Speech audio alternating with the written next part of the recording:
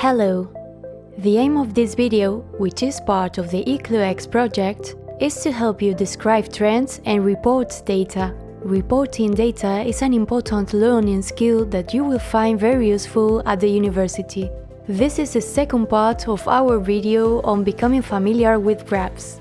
In order to learn information about what graphs are, please watch part 1 of this video.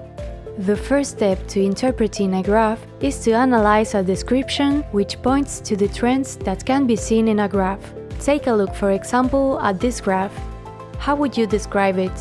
This would be a great description for the graph. So, how do we describe trends? When describing trends, it is important to identify these basic elements. First, the change described by the trend. There are 3 possible changes or movements: up, down, and forward. Secondly, we need to identify the variable explored. In this case, the variable is energy consumption.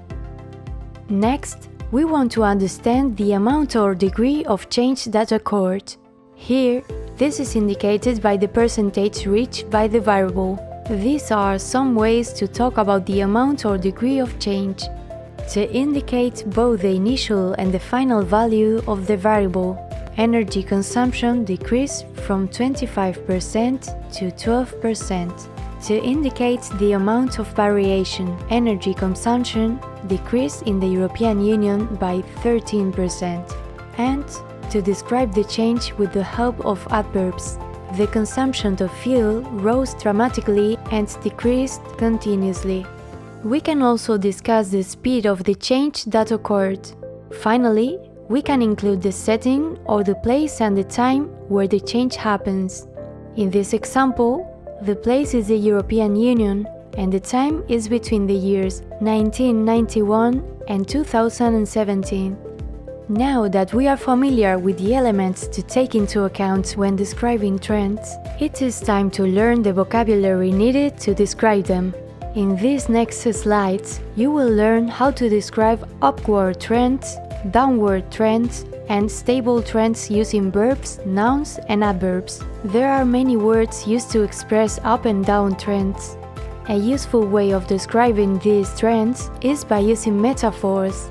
Think about the following expression: prices slowly went up. As you know, we are not saying that prices actually moved up to a higher place. What we are saying is that when we want to say more, we can talk about things as if they had gone up. More is up. By contrast, we also have the metaphor less is down. Look at the verbs related to both metaphors. These verbs can be easily transformed into nouns. They would look like this. Increase or decrease, up or down, are not the only possible trends or movements to describe change. There are other possibilities. A trend can remain stable, stay the same, or level off. Look at the following graph. Once we have expressed the change of the trend, it is time to learn how to express the intensity of the change. Using adverbs is a great way of doing so. You can use these adverbs depending on how intense the change was. Very intense change, dramatically, intense change, vastly, hugely, and significant change, significantly, considerably, or substantially.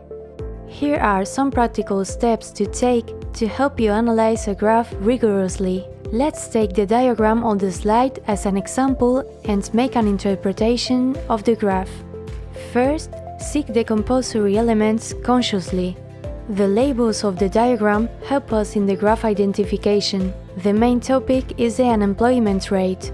The place is Hungary and the time frame is between 2005 and 2018. These labels may also help us identify the kind of percentage ratio we can find in the graph. This information is reinforced by the X and Y axis labels in the legend.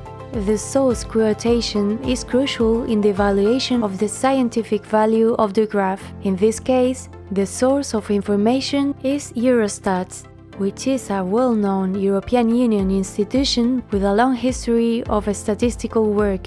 Second, catch the general impression. In the next step, The general tendency should be acknowledged.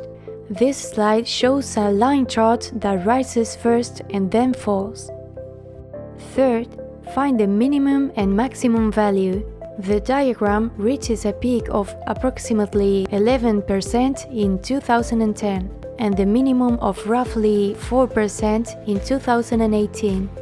Fourth, interesting slide differences and changes. Give more detailed comments or specific differences or changes that may catch your audience's attention. In this graph, you would focus on the curve between a specific period of time. Fifth, find relationships and give explanations. The last step is optional. It aims to provide further information on the graph by trying to explain these trends detected. In order to do this, you need some prior knowledge and creativity. In this example, you could try to link the trend with the Great Recession, an economic downturn from 2007 to 2009.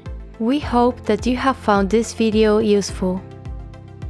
Thanks for watching, and remember, you can check our channel for more information.